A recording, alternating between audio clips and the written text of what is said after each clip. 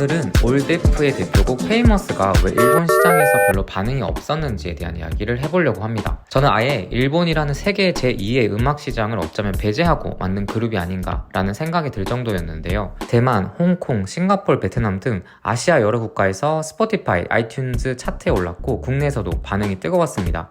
그런데 정작 아시아 최대 음악 시장인 일본에선 주요 메인 차트에 오르지 못했는데요. 왜 이런 현상이 벌어진 걸까에 대한 분석을 해봤습니다. 첫 번째 이유는 일본이 중요하게 생각하는 와의 사상 때문인데요.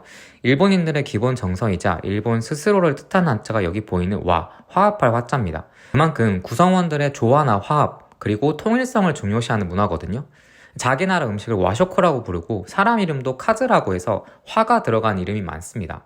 이런 문화적 배경 때문에 혼성 그룹은 일본 대중에게 조화롭지 않다, 통일감이 없다라는 인상을 줄 수 있습니다. 실제로 일본에서는 혼성팀도 별로 없고 대중적으로 성공한 케이스도 없습니다. 한국의 카드도 일본 진출을 했었는데 반응이 별로 없었거든요. 그리고 이 팀을 한 팀으로서 멤버들을 봐야 하나 싶을 정도로 각자의 개성이나 스타일이 너무 강해 보이고 이질적이란 인상을 줄 수 있습니다.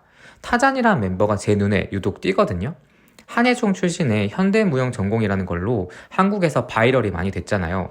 근데 일본은 한국에 비하면 현대무용이라는 장르 자체에 대해서 잘 모르고 안다고 해도 한국인들이 생각하는 대중이 소비하는 컨텐츠가 아닌 예술의 영역이라고 치부하는 경향이 강하단 말이에요. 근데 이 한 사람의 특출난 퍼포먼스가 전체적으로 내가 좋아하는 한 팀이라는 감정이 들기 어렵고 그런 것들이 일본 대중들에게 거리감을 주지 않았나라는 생각이 들었습니다. 두 번째가 일본어로 소통이 불가능하다는 점입니다. 어쩌면 이게 가장 클 수 있는데 일본은 언어 장벽을 꽤 중요하게 여기는 시장입니다. 예를 들어 세븐틴, 트와이스, 아이브, 미야오, 라이즈, 세라핌 등 모두 일본어를 구사하거나 심지어 일본인들이 있잖아요. 엔터업계에서 K-팝을 소비하는 데 있어서 일본이 얼마나 중요한 시장인지 알 수 있는 대목이란 말이에요. 하지만 올데프는 일본어가 가능한 멤버도 없고 내가 덕질할 수 있는 어떤 일본과 연결고리가 있을까? 결국 새로운 시도이지만 마음은 안 간다. 반응으로 이어지는 거죠. 세 번째가 외모인데요. 페이머스의 비주얼 컨셉은 굉장히 강합니다. 메인 멤버인 타잔을 보면 제가 볼 땐 정말 멋있는데 일본에서는 호불호가 심각하게 갈리는 외모예요. 일본은 정해진 아이돌 상이 있거든요. 쌍꺼풀이 있고 부드러운 외모에 하얗고 동그란 눈에 약간 중성적인 외모, 이런 상을 대중적으로 선호한단 말이에요.